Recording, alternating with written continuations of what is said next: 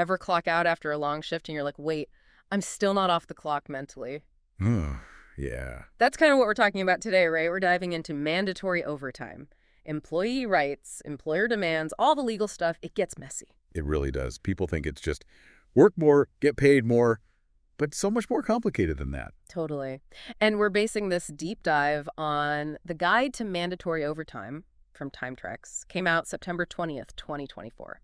Now, this guide is dense, lots of legal terms. Yeah. But we're going to break it down, make it clear for everyone. Absolutely. And, one of the most important things to understand is why employers even ask for mandatory overtime in the first place. It's often not as straightforward as you might think. Okay, so before we get into the why, what's the deal legally, is mandatory overtime even allowed? So generally, yes, it is legal. And that's thanks to the Fair Labor Standards Act, the FLSA. Right, the FLSA. Yeah. And this is where things get tricky because the FLSA distinguishes between exempt and non-exempt employees, which has a huge impact on overtime rules. Hold on, so even if I'm salaried, my company can still make me work overtime without extra pay? That's the thing. It depends. The FLSA has specific rules about who's exempt and who's not, and salary is a big part of it. Right now, the salary threshold is $684 a week, but Okay. this is where it gets interesting. The guide talks about these upcoming increases in the threshold going up to $844 in July 2024, and then get this, $1,128 in January 2025. Whoa, those are some big jumps. Huge. So someone who's considered exempt right now based on their salary, they could be eligible for overtime pay pretty soon. Exactly. So yeah, these changes are going to be a game changer for a lot of people. Talk about a plot twist. Okay, let's switch gears for a sec. You mentioned why employers might require mandatory overtime. What are some of those reasons? All right, so picture this. You're running a hospital, right? Suddenly there's this huge influx of patients. Your resources are stretched thin. You have to make sure everyone gets proper care. Oh, yeah. It's an emergency situation. Yeah. In those cases, it's less about pushing for more work and more about making sure patients are taken care of. It's a pressure cooker. You got to do what you got to do. Exactly. And think about retail. Like during the holidays, you have tons of customers. Everyone's trying to meet their sales goal. Oh, for sure. You might need everyone on deck, and overtime becomes a way to manage that. Or even construction, right? Let's say there are weather delays. That throws everything off. Absolutely. Deadlines don't just disappear. No. So, yeah, mandatory overtime can feel like the only way to catch up. It's a balancing act for employers, for sure. They've got to weigh their needs against the impact on their employees. And that's where the legal stuff gets even more complicated. Because it's not just federal law, is it? States have their own rules about this too, right? Oh, yeah. And those state laws. They can be even tougher than what's required federally. It's another layer to this whole mandatory overtime puzzle. California is a perfect example. They're known for being really employee-friendly. What's California doing differently? Well, there are cases where they actually require double the regular rate for overtime. We're talking double time. Wow. Yeah, and it's not just for, like, extreme circumstances either. Working more than 12 hours in a day. You could be entitled to double time for those hours. So much for overtime being straightforward. Right. And it's not just California. New Jersey, they've got specific protections in place, especially for healthcare workers.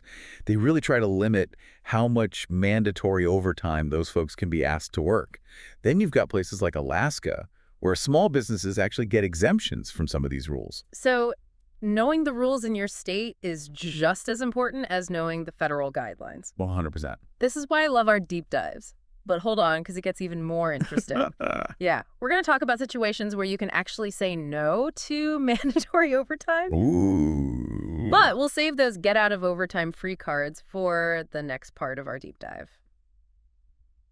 All right, we're back and ready to arm you with the knowledge to fight back against unwanted overtime. Because it's one thing to know the rules, but knowing when you can actually say no, that's real power. Totally. So let's talk about those get out of overtime free cards. When can I confidently say, nope, not going to happen? Well, one of the biggest ones is safety. Your safety, the safety of your coworkers, that trumps everything. Of course. Imagine like a construction worker who's been out in the sun all day. They're exhausted. Oh, yeah. And then they're told, okay, now go operate that crane. Recipe for disaster. Exactly. Or, going back to our nurse example, if they've already worked a ton of hours, patient safety could be at risk. Makes sense. In those situations, you have the right to say, this isn't safe. Safety first, always. What about those times when life throws you a curveball? Like a family emergency or something. That's where FMLA comes in, the Family and Medical Leave Act. Right, FMLA. If you qualify for FMLA leave, maybe for a serious health issue or a new baby, Hmm. taking care of a family member, you usually can't be forced to work overtime. Okay, that's good to know. So we've got safety, we've got FMLA. What about those situations where it's not quite an emergency, but something just feels off? Like the overtime request goes against my company's own policies, or maybe there's a union agreement. You're right, those things matter too. Your employment contract, the company handbook, any union agreements, they're like your secret weapons. Let's say your union contract says you can't be scheduled for more than 2 weekends in a row. Oh yeah, that weekend work-life balance is important. Right, so if your boss tries to schedule you for that third weekend, Uh, you've got a case. But, and this is important, documentation is key here.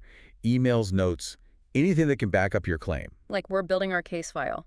Exactly. So far, we've been talking about the employee's perspective, but what about employers? How should they be handling mandatory overtime? It's all about finding that balance, right? The company has needs, but they need to treat their employees fairly too. That's where a good HR department comes in. HR, those folks are unsung heroes, for sure. For real. And transparency is huge. No more hiding the overtime policy in some giant handbook nobody reads. Yeah. HR needs to make sure everyone knows the rules, understands them, and can easily find that information. Yeah. No more digging through drawers trying to find that one page. Exactly. Yeah. And it goes beyond just the rules. It's about having a work culture where people feel comfortable speaking up. HR can help create that space where employees feel safe talking about their concerns, whether it's about scheduling, personal stuff, or even just feeling burned out. Because when employees are happy, they do better work, right? 100%.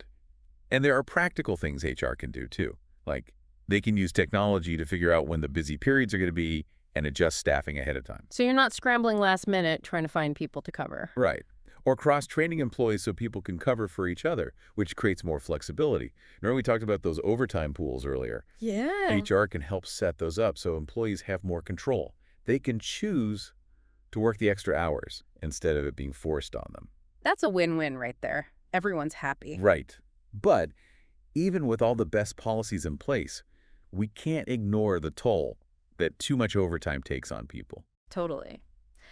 And that's where our conversation takes a bit of a turn. We're back. And listeners, it's time to talk about something that often gets overlooked. The human cost of mandatory overtime. Right. It's easy to get caught up in all the legal stuff and company policies, but at the end of the day, Real people are affected by this. exactly. And we've talked about, what mandatory overtime is, the reasons behind it, how to navigate the system. Right. But we can't forget that overdoing it has real consequences for people. It's not just numbers on a spreadsheet. It's like that old saying, I'll sleep when I'm dead. Not exactly a good long-term plan. Not at all. And it's more than just being tired. We're talking about more accidents, more health problems, even problems in your personal life, like with family and friends. So paint us a picture.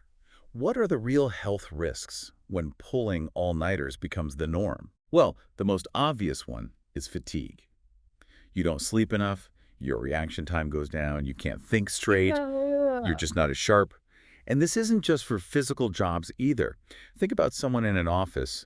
They've got to make important decisions, but they've been working 12-hour days. One little mistake could be huge. Exactly. Yeah. And then there's the mental and emotional exhaustion. That's the stuff that really gets to you. Yeah. Stress, anxiety, burnout, all of that can lead to physical symptoms too. It's like a vicious cycle, right? You work overtime, you get stressed, the stress makes you sick, you can't perform as well, Exactly. which just leads to more pressure to work overtime. It's a slippery slope.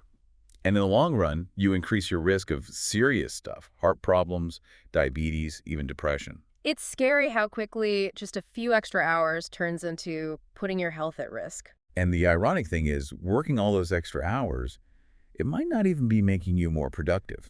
Wait, really? So all those late nights at the office, they could actually be hurting more than they're helping? Yep. Studies have shown that too much overtime actually makes you less productive over time. Mm. You make more mistakes. It's hard to concentrate. The quality of your work just goes down. Like trying to run a marathon without any water breaks. Perfect analogy. Plus, think about what it does to morale. People are constantly feeling pressure. They're not happy. They start to resent their jobs. Yeah. Nobody wins in that situation. It sounds like mandatory overtime can really backfire on everyone, but we always like to end these deep dives on a hopeful note. What about the future?